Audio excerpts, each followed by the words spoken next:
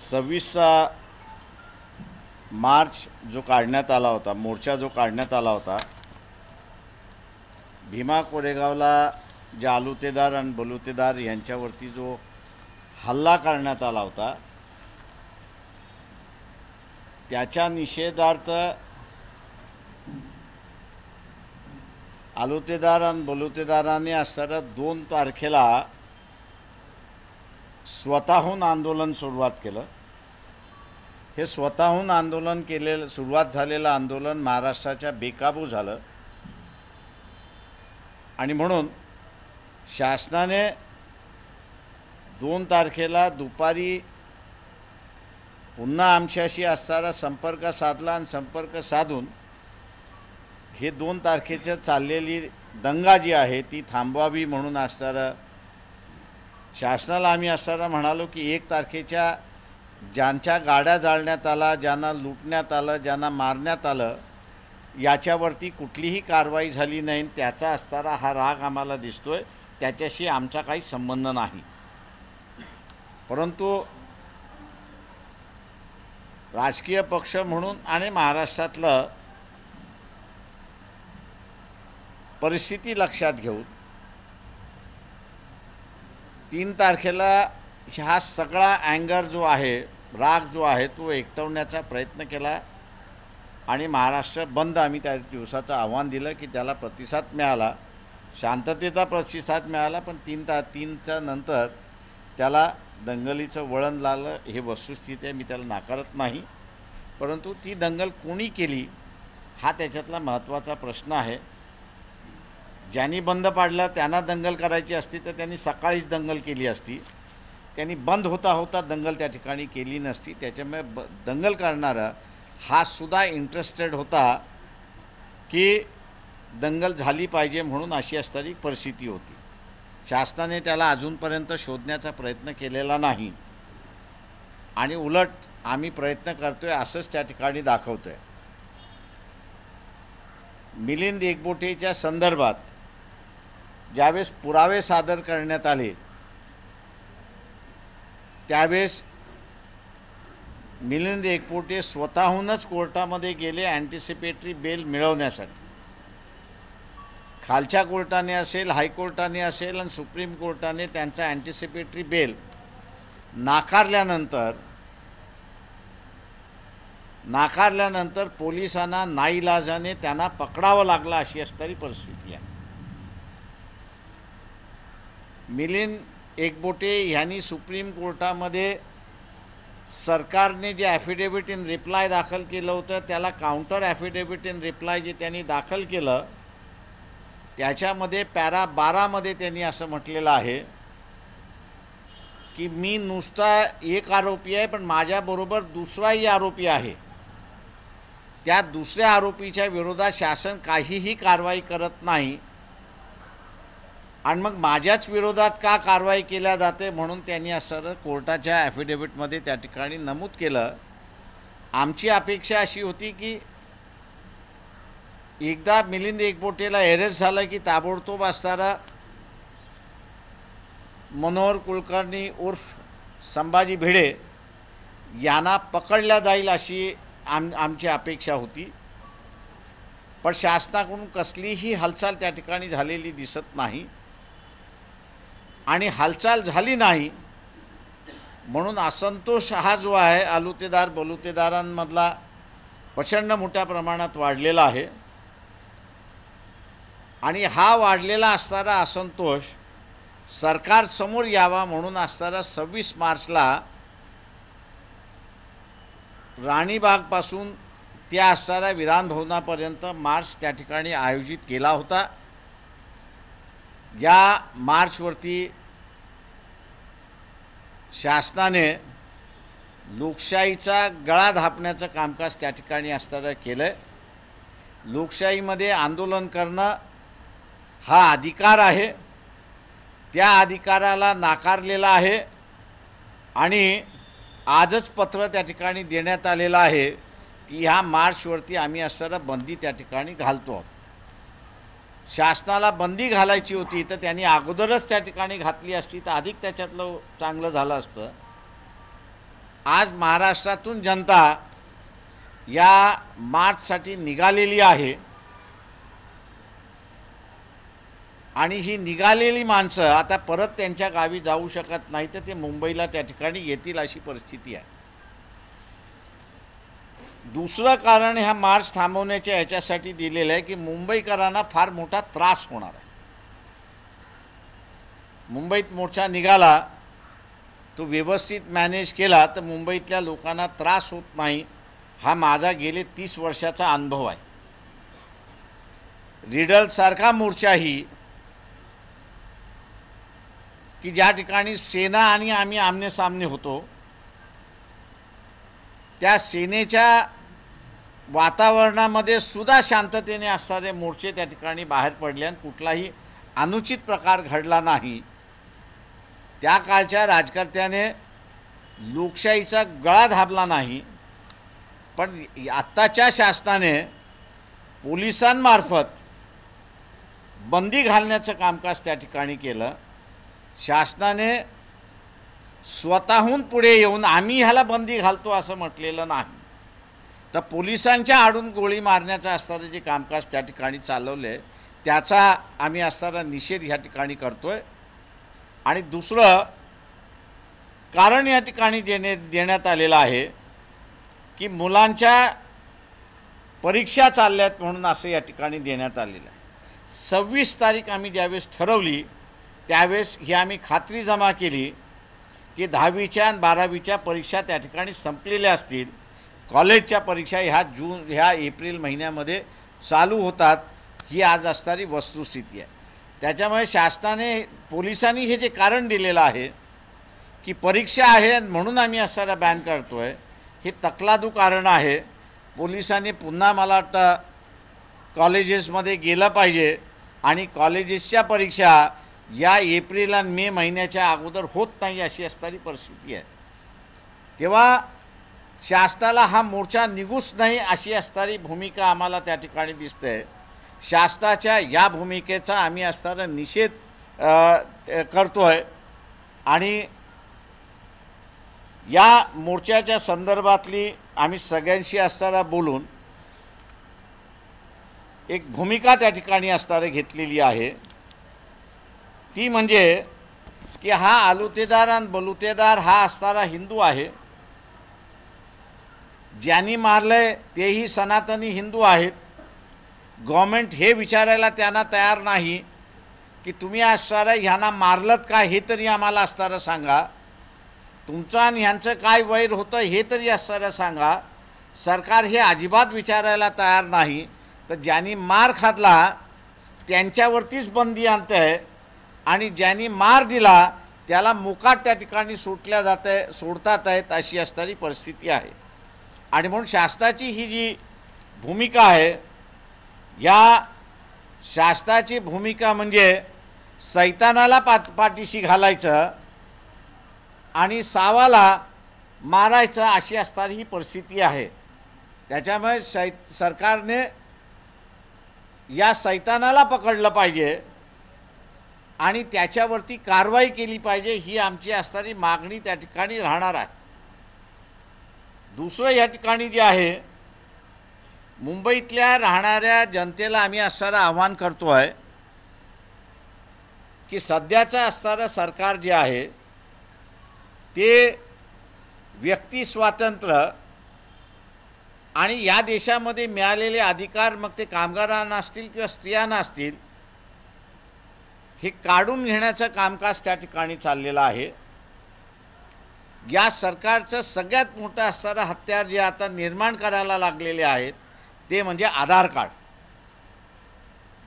Data कशा पद्धतीने leak होतो हे आपल्या सगळ्यांना माहीत आहे आणि त्याच्यामुळे आम्ही असणारा म्हणतोय आधार कार्ड म्हणजे लायसन्स टू किल.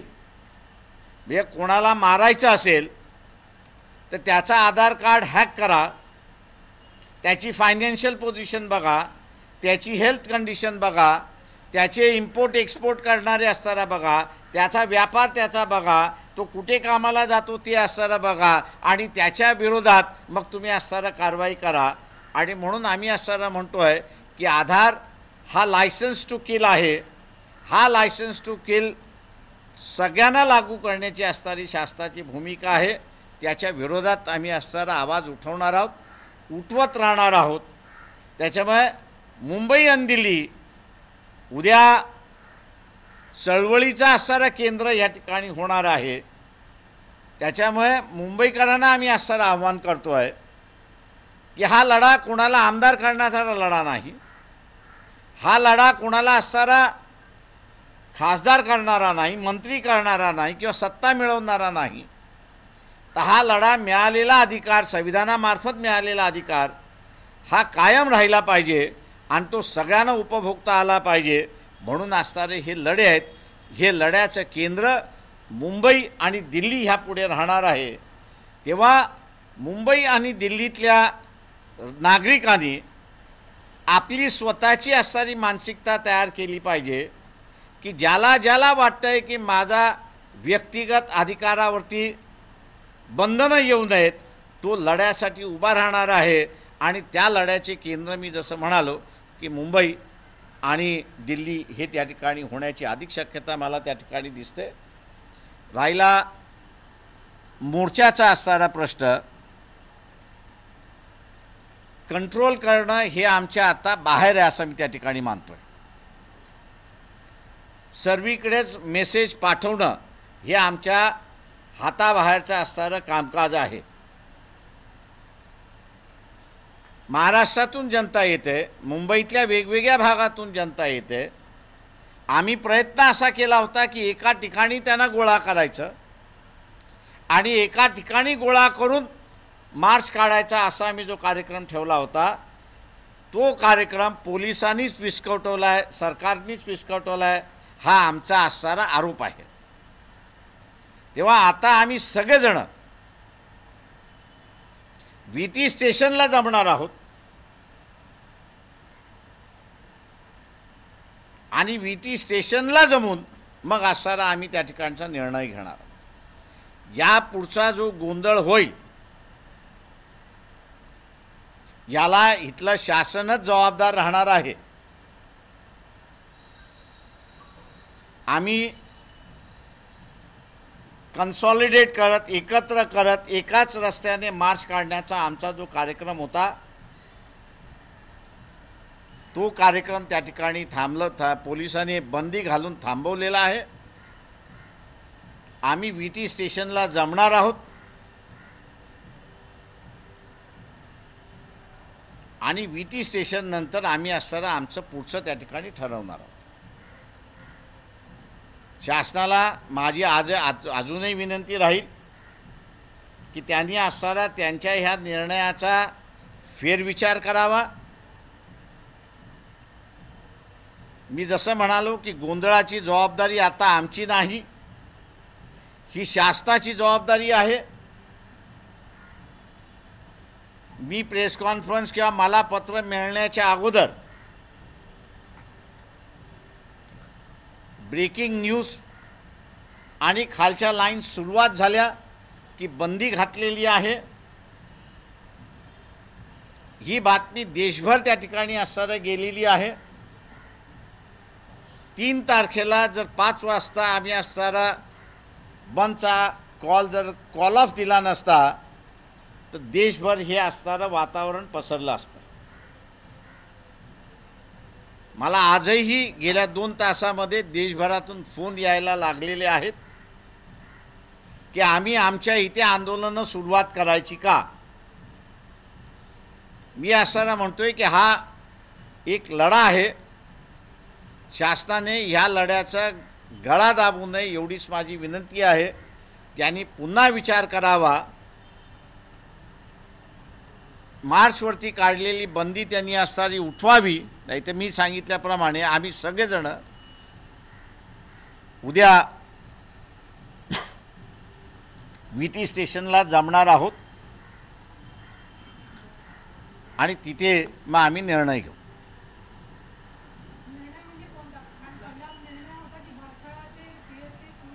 आता आम्हाला जमायचं ते एक ठिकाण पाहिजे. आम्ही 11 वाजता म्हटले, आम्ही 11 वाजता राहू.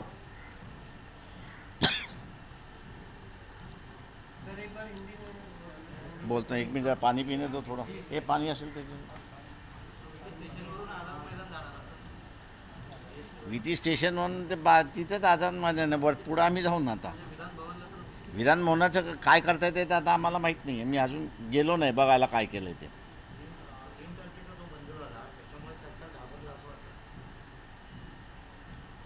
3 तारखेला बंदाचं असणारं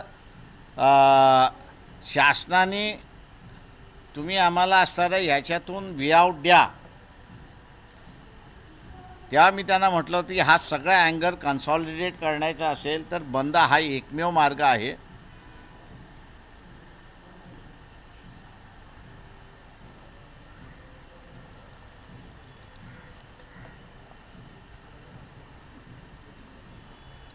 कन्सॉलिडेट करणं एकमेव मार्ग आहे. त्यावेळेस आम्ही त्या बंदामार्फत असणारा सगळा राग लोभ जो होता तो सगळा एकत्र करून तो आम्ही शांत केला. आजही माझं म्हणणं असं आहे की आम्ही जाहीर करताना सांगितलं होतं की 25 तारखेच्या रात्रीपर्यंत संभाजी भिडे यांना अरेस्ट जर केलं संभाजी भिडे यांना अरेस्ट केलं तर हा मोर्चा कॉल ऑफ करता येईल. मी मुंबईतल्या आणि महाराष्ट्रातल्या जनतेला असणारं आव्हान करतो की त्यांनी महाराष्ट्र शासनाला विचारावं की ते संभाजी भिडेला अरेस्ट का करत नाही आहेत. म्हणजे संभाजी भिडे असे व्यक्ती आहेत की ज्यांना ह्या देशातला कायदा लागू होणार नाही असं आहे का ते तरी त्यांनी सांगावं.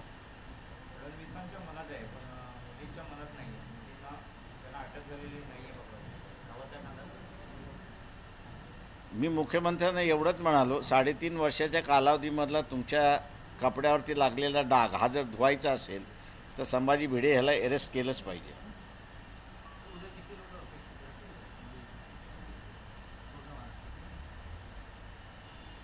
नाही मला तसा आकडा नाही सांगता येणार.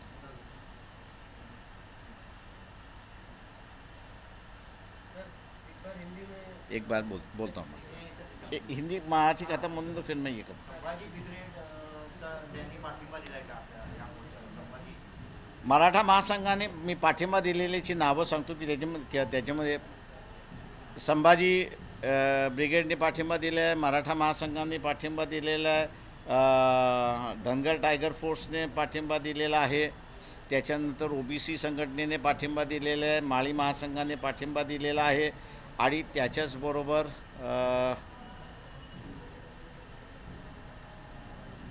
अजून एक कुठचा आहे लिंगायत समाजाच्या वतीने लिंगायत समाजाच्या वतीने सुद्धा पाठिंबा आलेला आहे आणि ते सगळेजण या मोर्चामध्ये सहभागी आहेत. म्हणजे नुसता कागदी पाठिंबा नाही तर त्यांच्या बॅनरसकट लोकांसकट ते असणारे हजर आहेत.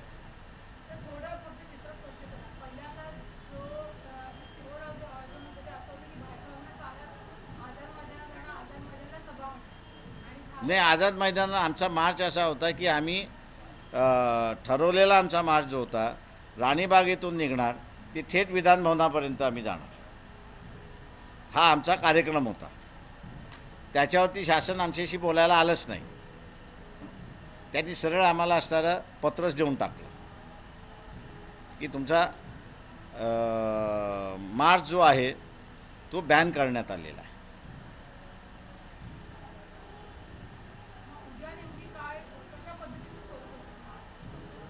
ते आता शासनाने गोंधळच घातला आहे. गोंधळींचा गोंधळ असतो तुम्हाला माहिती आहे. त्याच्यामुळे गोंधळींचा गोंधळ होणारच. आता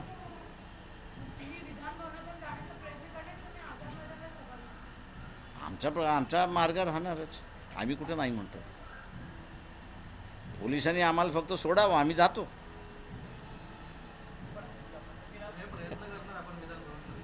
आमचा प्रयत्न राहणारच विधानभवनापर्यंत जायपर्यंत.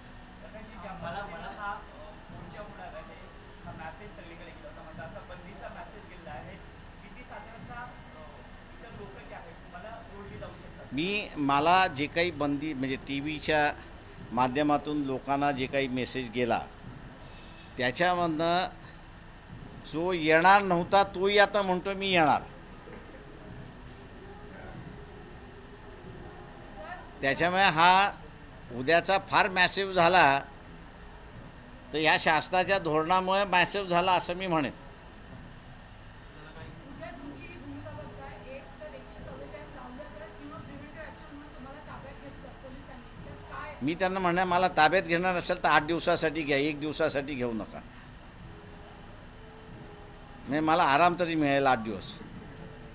साहेब एक सांगा मला की जो कायदा मिलिंद एकबोटेंना लागू होतो म्हणजे त्याला कलम लागू होतात म्हणजे संभाजी भिडेंना का लागू होत नाही म्हणजे तेच तर महाराष्ट्रभर चर्चा आहे की जो कायदा मिलिंद एकबोटेला अरेस्ट करू शकतो, त्याला PC मिळते, मॅजिस्ट्रियल कस्टडी मिळते, तोच कायदा संभाजी भिडे उर्फ मनोहर कुलकर्णीला का लागत नाही, याचा खुलासा महाराष्ट्र शासनाने करावा. मला मुख्यमंत्र्यांनी सुद्धा बोलवलं होतं 3 दिवसापूर्वी. तेव्हा मी 3 दिवसापूर्वी बोलताना मुख्यमंत्र्यांना असं म्हणालो की तुम्ही संभाजी भिडेंना काय अरेस्ट करू शकत नाही हे म्हटलं TV वरनं लोकांना सांगा. मग लोक डिसाईड करतील की या मोर्चामध्ये सहभागी व्हायचं की न व्हायचं. तुम्ही कुठे एक पाऊल मागे घेतलंय का? कारण पहिला ठरलं होतं भाजपाचे आपण मदत करता आणि आता तुम्ही ठरवलं की आम्ही डायरेक्ट CS केलं. हो, कारण का असे तिथे भांडणात बसण्यापेक्षा ह्याच्यामध्ये भायखळ्याला ती मोठी जागा आहे आम्हाला भांडायला आणि जवळ जागा आहे भांडायला आम्हाला. तुम्ही म्हणालात की कुठे काय गडबड झाली तर त्याला शासन जबाबदार. आता शासन जबाबदार आहे. काय होणार म्हणजे? नाही, आता बेसिकली एक लक्षात घ्या की आम्ही एका ठिकाणी जमायला सांगितलं होतं. एका ठिकाणी जमल्यानंतर पोलिसांचं बॅरेकिंग होतं आणि त्या बॅरेकिंगमधनं आपण असं चालतो. त्याच्यामुळे असं तुम्हाला जर आम्हाला विधानसभेमध्ये जायचं नसेल तर तुम्ही बॅरेक करून आम्हाला ब्लॉक करू शकता. त्याच्यामुळे काहीच होऊ शकत नाही अशी असणारी परिस्थिती होती. आता तुम्ही मोकाट सोडलेला आहे. म्हणजे भीतीला यायचं हे आता जो तो त्याच्या मार्गाने येणार. आणि समजा हा उद्याचा असणारा ह्या अँगरमुळे मॅसिव्हनेस आला त्या सगळ्या ह्याच्यामध्ये, तर ह्या मॅसिव्हनेसचा तुम्ही जो त्रास वाचवायला बघताय तो अधिक झाला. हे आम्ही चॅनलाइज करायला बघत होतो, तुम्ही अनचॅनल करून टाकलेला आहे त्याच्यामध्ये. उद्याचा मोर्चा पुसावा ह्यासाठी सरकारचा आणि पोलिसांचा प्रयत्न चालू आहे असं तुम्हाला वाटतं का? की हा आहे ना, अगोदरपासून चालू आहेत. म्हणजे संभाजी भिडे हे असणारे महाराष्ट्राच्या जनतेसमोर येऊ नये याचा असणारा प्रयत्न पूर्णपणे चाललेला आहे. कारण का संभाजी भिडे यांचा असणारा इमेज लोकांसमोर आलं तर मग आता हे जे हिंदू नेशन म्हणून जे राक्षक उभं राहिलेलं आहे ते आता हिंदूंनाच खायला लागले अशी असणारी परिस्थिती लोकांसमोर येते.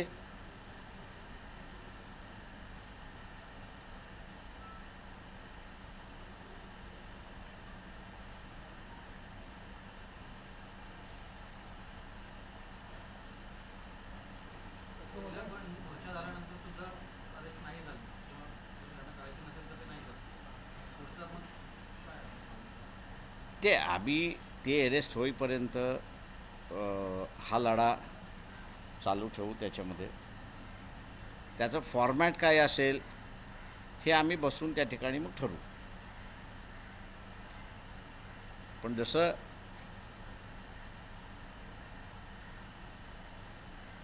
पोलिसाला म्हणजे याच्यामध्ये आत्ताही मी असं आपल्याला हे करतो, गव्हर्मेंट कंप्लेनंट अजून नाही आहे. म्हणजे नॉर्मल याच्यामध्ये कुठेही रायट झालं तर सरकार तिथे कंप्लेनंट असते, कोणी खाजगी माणूस कंप्लेनंट नाही. या ठिकाणी 3 महिला ह्या असणाऱ्या कंप्लेनंट आहेत आणि त्यांच्यावरती चाललेली ही केस आहे. शासन अजूनही कुठे कंप्लेनंट नाही. आम्ही शासनाला असं म्हणालो, दंगा झाली म्हणून अशी तरी तुम्ही कंप्लेंट करा. म्हणजे 2 बाजूचे एकमेकाशी लढले असं तरी तुम्ही कंप्लेंट करा. ती नाही आहे. त्याच्यामुळे शासन हे या केसमध्ये अजूनही कंप्लेनंट नाही आहे. प्रश्न हाच पुन्हा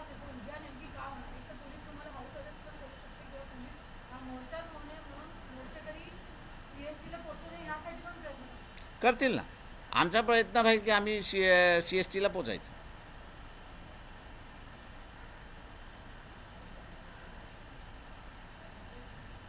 3 तारखेचा जो मोर्चा झालेला तो इतक्या प्रचंड महाराष्ट्राने गेल्या काही वर्षात बघितला की इतक्या शांततेने मोर्चा नाही बंद चांगला झाला होता. आणि त्याचं श्रेय प्रकाश आंबेडकरांना आहे.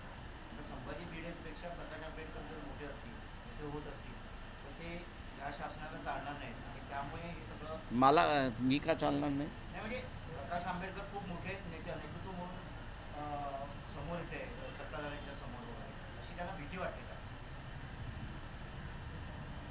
हे मी कधीही ते क्लेम केलेलं नाही की मला मुख्यमंत्री व्हायचं आहे. मी कधीही क्लेम केलेलं नाही की मला प्राईम मिनिस्टर व्हायचं आहे. इथे आलेलं मंत्रिपद मी असणारा घेत नाही अशी असणारी अवस्था मला सगळेजण म्हणतात. त्याच्यामुळे पॉलिटिकली मी कोणाला थ्रेट आहे असं कोणाला वाटण्याची गरज असता कामा नये. याही सरकार असेल, अगोदरचंही सरकार असेल, आम्ही तुम्हाला मंत्रिपद देतो, पण मी म्हटलं मला मंत्रिपद नको आहे. मी आहे तिथे आनंदित आहे. त्याच्यामुळे I am not a political threat to anybody.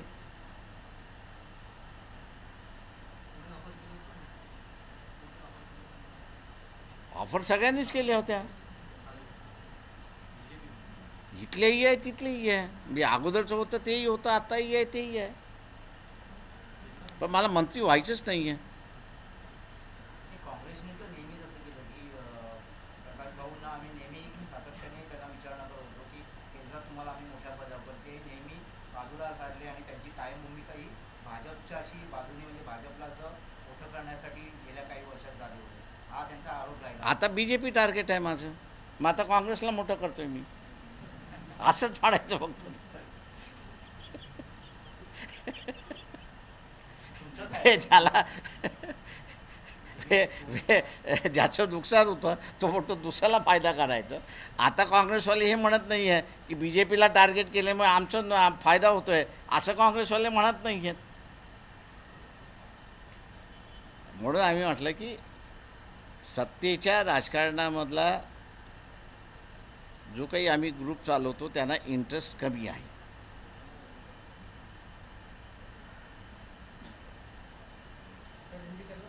म्हणून आम्ही आता आधार काँग्रेसवाले आधारवाले ते लढत नाही आहेत. आम्ही सरळ सांगितलं आहे येस आमचा लढा होणार पुढचा. हा एकेकाचे समविचारी लोक आता म्हणतात तुमच्या मोर्चाला आम्ही सगळं रामदास आठवले म्हणाले की विचारधारासारखीच असताना देखील ते मोर्चात येत नाही आणि मोर्चापासून दूर रामदास आठवले कधी हे होते? ते शरद पवारांचे शिष्य होते. ते हे विसरताय तुम्ही.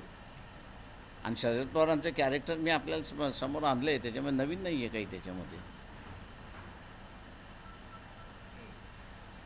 ऑपोजिशन पार्टी सगळे कॉन्सॉलिडेट होत आहे. ST आणि BSP तुम्हाला पण बोला हे तर ते माझं म्हणणं आहे चांगलं आहे. BSP आणि SP एकत्र यायला लागले ते चांगलं आहे. It's a good sign. त्यांनी टिकलं पाहिजे एवढंच फक्त माझी इच्छा आहे. तुम्ही त्या कुठल्या? तुम्ही पण जॉईन होणार का? तुम्ही पण जॉईन होणार का युनायटेड ऑपोजिशन? ते माझं म्हणणं आहे त्याला टू ऑपोजिशन म्हणून मी विचारलं. त्या टू युनायटेड ऑपोजिशन्स उभ्या राहतात. तुम्ही कुठल्या युनायटेड ऑपोजिशनचं म्हणताय? आता शरद पवार जे सगळ्या डाव्यांना समाजवादी ममता बॅनर्जीसुद्धा एक असणारं ऑपोजिशन उभी करते हे विसरू नका. हा तिसरी आघाडी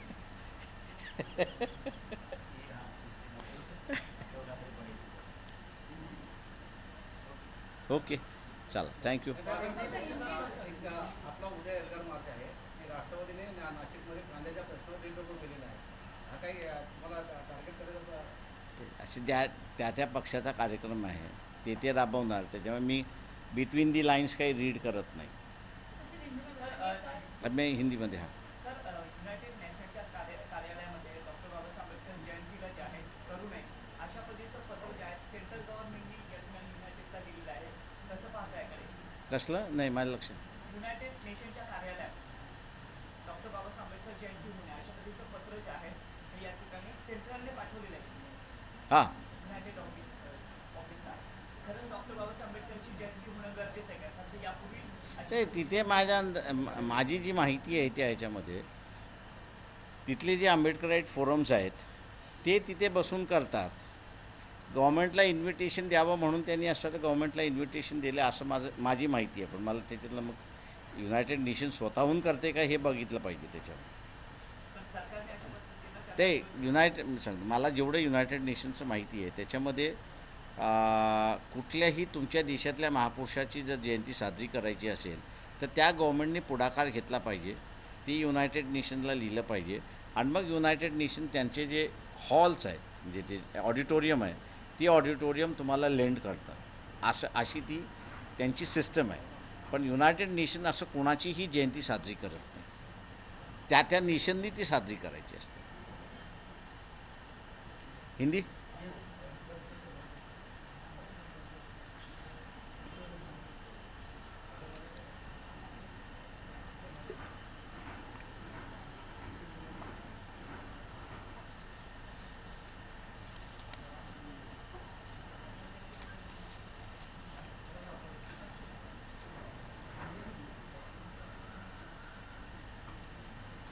एक जनवरी को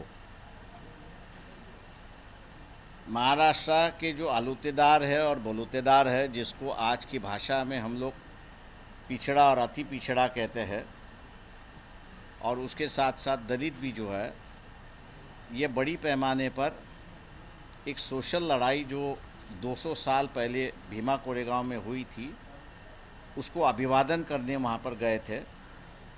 लेकिन अभिवादन करते समय संभाजी भिड़े और मिलिंद एकबोटे इनके कार्यकर्ता जो है, इनके संगठन के जो कार्यकर्ता है, इन्होंने उनको मारा पीटा, उनकी बसें जलाई, उनको लूटा भी और तरह तरह के अत्याचार उन पर वहाँ पर किए. ये लोग जब अपने गांव में गए तो उनकी समाज ने 2 तारीख से आंदोलन शुरुआत किया कि भैया ये लोग जो अभिवादन करने गए थे अपने पुरखों को, उनको मारा क्यों, पीटा क्यों, उनके बस क्यों जलाए, उनकी प्रॉपर्टी क्यों लूटी. और लूटने वाला दूसरा कोई नहीं था तो एक हिंदू सनातन संगठन उस पर था. और ये हिंदू संगठन के जो प्रमुख है एक मिलिंद एकबोटे है और दूसरे जो है वो मनोहर कुलकर्णी उर्फ संभाजी भिड़े इनका है. तो लोगों से यही हुई कि भैया एक हिंदू अब दूसरे हिंदू को पीटना शुरुआत हुआ है. सनातन की जो राजनीति थी वो मुसलमानों की राजनीति थी. मुसलमान अब इनके बेकावे में नहीं आ रहा है और इसलिए ये जो शैतान है, ये शैतान को अभी खुराक नहीं मिल रहा है. इसलिए इस शैतान ने अपने ही बच्चों को अब खुराक बनाया है, हिंदुओं को ही खुराक बनाया, ऐसी एक भावना लोगों में फैल गई है. और उसी वजह से 2 तारीख को जो है बड़े पैमाने पर महाराष्ट्र में बंद हुआ और साथ साथ सरकार के खिलाफ नारे भी लगे और आंदोलन भी हुआ. 2 तारीख की परिस्थिति जो बेकाबू हुई थी, उस बेकाबू परिस्थिति पर काबू पाने के लिए सरकार ने हम लोगों से मदद मांगी. हम लोग ने मदद दी. 3 तारीख को बंद का ऐलान किया और 3 तारीख का बंद जो है वो पूरी तरह से यशस्वी हो या सक्सेस हो गया वहाँ पर.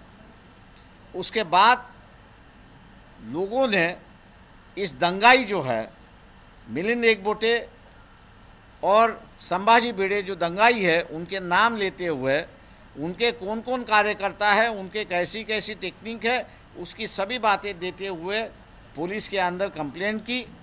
और पुलिस की कंप्लेंट करने के बाद एफआईआर दर्ज हुआ.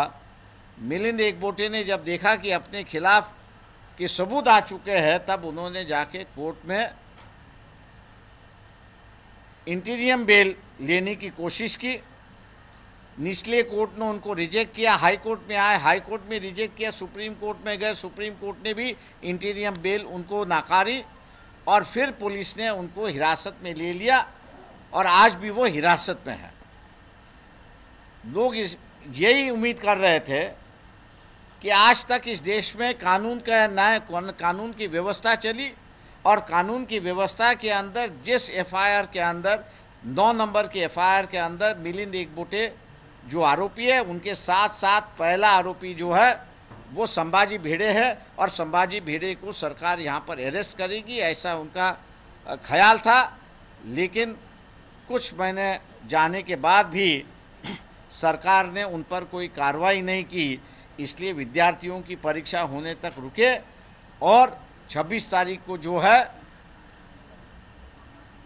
मार्च का एक ऐलान किया, जो मार्च रानी बाग से लेके विधान भवन तक जाने वाला था। कल की ये मार्च की तारीख है, लेकिन आज दोपहर 12 बजे पुलिस के माध्यम से एक लेटर हम लोग को भेजा जाता है और जिससे ये कहा जाता है कि आपका जो रानी बाग से लेके विधान भवन तक जो मार्च है उसको बैन किया गया है, पाबंदी लगा गई है और आप इसको निकाल नहीं सकते। मैं ये मानता हूँ कि सरकार जो है वो पुलिस के माध्यम से जो है अपना खेल कर रही है। सरकार खुद क्यों नहीं आके कहती है कि ये मार्च नहीं होना चाहिए। सरकार को हम लोग ने ही खुद कहा था कि 25 तारीख के पहले अगर संभाजी भिड़े को अरेस्ट होता है तो हम लोग अपने आप इस मार्च को बंद करेंगे, निकालेंगे नहीं। ये आश्वासन हम लोग ने सरकार से कहा था, लेकिन सरकार उस पर कोई कार्रवाई नहीं करती है। ना मुख्यमंत्री टीवी पर आकर ये बतलाते हैं महाराष्ट्र की जनता को कि क्या वजह है कि एफआईआर में 2 व्यक्ति है, एक व्यक्ति पकड़ा जाता है, दूसरा व्यक्ति हम पकड़ नहीं पा रहे, किस वजह से आप इनको पकड़ नहीं पा रहे। ये मेरे ख्याल से महाराष्ट्र की जनता को मुख्यमंत्री ने बताना चाहिए। ये हम उनसे आह्वान करते हैं।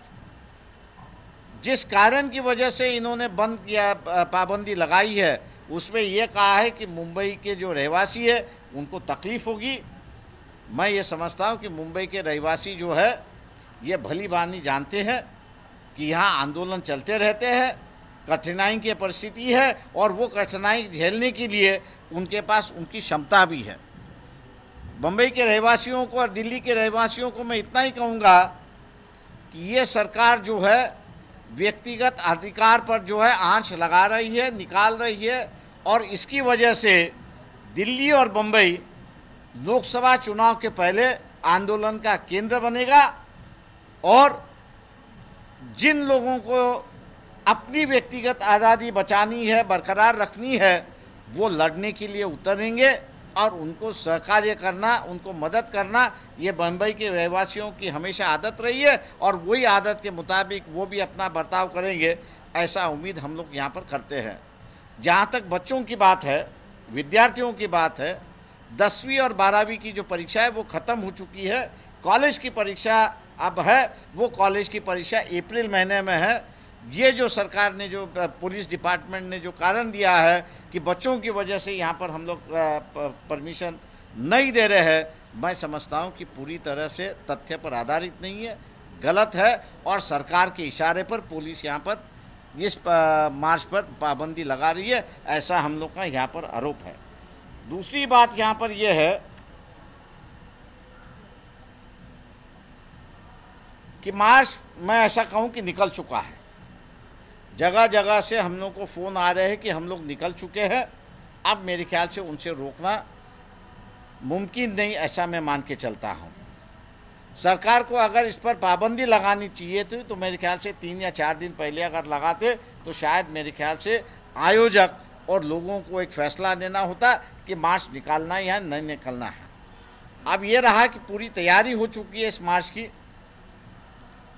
लोग निकल चुके हैं। बम्बई शहर के लोग जो है वो कल निकलेंगे, ऐसे हम लोग का प्लानिंग था। सरकार ने पाबंदी लगाने के बाद हम लोग ने ये तय कर लिया है कि हम लोग जो है वीटी स्टेशन पर 11 बजे उपस्थित होंगे और वहाँ से फिर हम लोग फैसला करेंगे कि ये जो मार्च है, इस मार्च का आगे क्या करना है।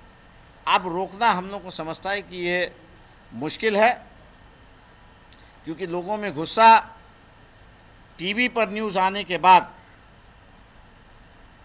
कि मार्च को बंद कर दिया है, जो आ नहीं रहा था अब वो भी कह रहा है कि मैं इस मार्च में आ रहा हूँ। तो मैं उम्मीद करता हूँ कि सरकार अपनी इस विचार पर, पुलिस अपनी इस पाबंदी पर दोबारा विचार करे। हम लोग जो एक चैनल से इस मार्च को ले जाना चाहते थे, ऑर्गेनाइज वे से ले जाना चाहते हैं, अब मैं समझता हूँ कि सरकार ने इस मार्च को पूरी तरह से अनऑर्गेनाइज कर दिया है। जो चाहे वो उस रास्ते से आएगा, जितनी भीड़ चाहे उतनी इस भीड़ से वो ले आएगा।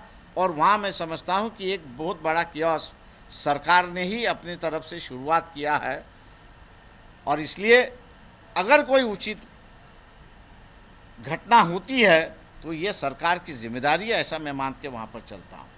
सरकार ने इस पर दोबारा विचार करते हुए एक चैनल से हम लोग ये मार्च ले जाना चाह रहे हैं, उस पर दोबारा विचार करें। अगर नहीं भी ये सरकार विचार करती है तो कल 11 बजे जो है हम लोग वीटी स्टेशन पे इकट्ठा होंगे और वहाँ फिर डिसाइड करेंगे कि आगे क्या करना है, और वहीं का फैसला हम लोग वहीं बताएंगे।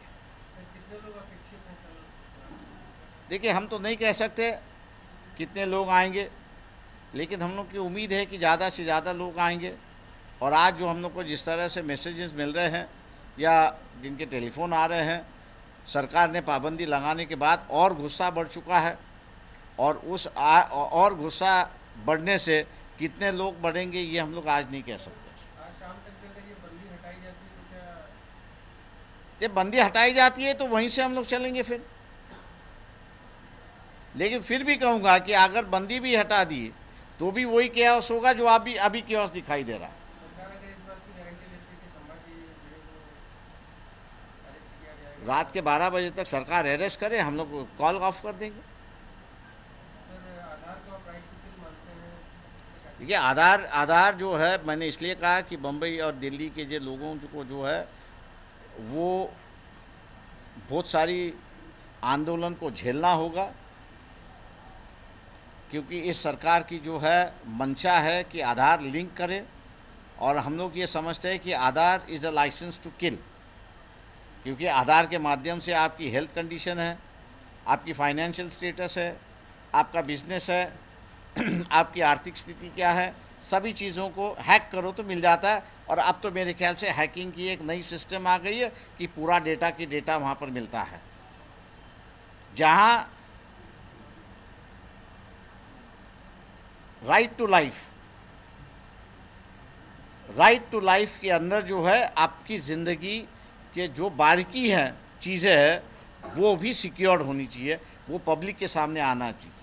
आधार के माध्यम से ये सरकार लोगों के सामने आ रही है, और इसलिए ये जो लाइसेंस सरकार दे रही है, आधार कार्ड का लाइसेंस जो बना रही है, इस आधार कार्ड के लाइसेंस से जिस व्यक्ति को चाहिए उस व्यक्ति को वो मार सकता है, और इसलिए हम लोग उसको नाम दे रहे हैं Aadhaar means licence to kill. Sir ये आने वाले वक्त में इस चीज़ को लेकर के भी आपकी तरफ से विरोध मैंने इसलिए कहा कि 1900 पहले जब तक लोकसभा का चुनाव नहीं होगा तब तक लोगों को इस बात की आगाह करने के लिए दिल्ली और बम्बई जो है वो आंदोलन के केंद्र बनेंगे।